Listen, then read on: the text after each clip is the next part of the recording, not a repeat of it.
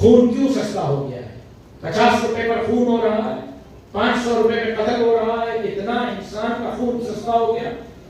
جہاں تک آپ نے بات کی سرداران کے نام، آپ کو لسٹ آج جاری کر دی جائے گی جو نہیں آئے، لیکن یہ کہنا کہ فرسٹ لیئر نہیں آئی، میرے نظر میں ہر برادری کا بڑا وہ فرسٹ لیئر ہے۔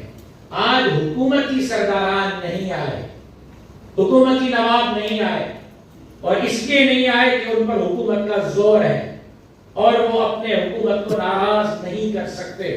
شاید بہت سارے آنے چاہ رہے ہوں، شاید میں ان کی نیک نیتی پر شک نہیں کر رہا، لیکن میں اس کا ذمہ دار ان کو نہیں، حکومت سندھ کو سمجھتا ہوں۔ اور میں مجھے گفتگو پوری کرنے دیں، اس کے ساتھ ساتھ جہاں تک آپ نے فرمایا کہ سیاسی مقاصد، مجھے یہ بتائیں کہ یہاں جو سرداران بیٹھے ہوئے ہیں، ان میں سے تو 2-4 کے علاوہ کسی کا جبھی طلبہ اسلام سے تعلق نہیں ہے۔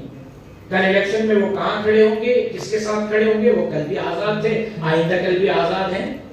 مجھے سیاست کرنے کے لیے بہت اچھا محاذ ہے، بہت اچھا میدان ہے۔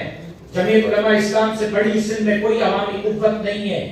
میں پیپلز پارٹی کو عوامی جماعت نہیں سمجھتا، اسٹیبلشمنٹ کی جماعت سمجھتا ہوں۔ عوامی جماعت اس وقت سندھ میں ہے تو جمعیت علماء اسلام ہے۔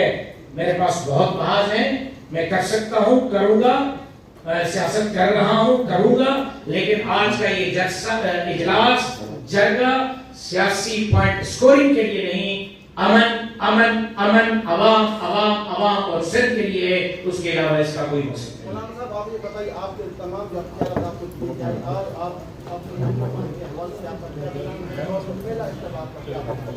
دیکھیے یہ تو اگر اور مگر والی بات ہے نا، ہم اگر مگر سے نکل کر آپ کو عملی اقدام دے رہے ہیں کہ ہم مارچ کر رہے ہیں وزیر اعلیٰ ہاؤس کی طرف، ہم عملی آپ کو اقدام دے رہے ہیں کہ ہم جرگے لے کر جا رہے ہیں امن کے لیے، منت میں قافلے، میرا خیال یہ ہے کہ یہی سب سے مناسب ہوگا۔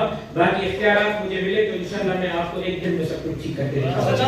14 تاریخ میں 14 اگست میں اعلان کیا 35 افراد اگر موجود آئے ہیں، اس میں سے جتنے لوگ نہیں آئے آپ نے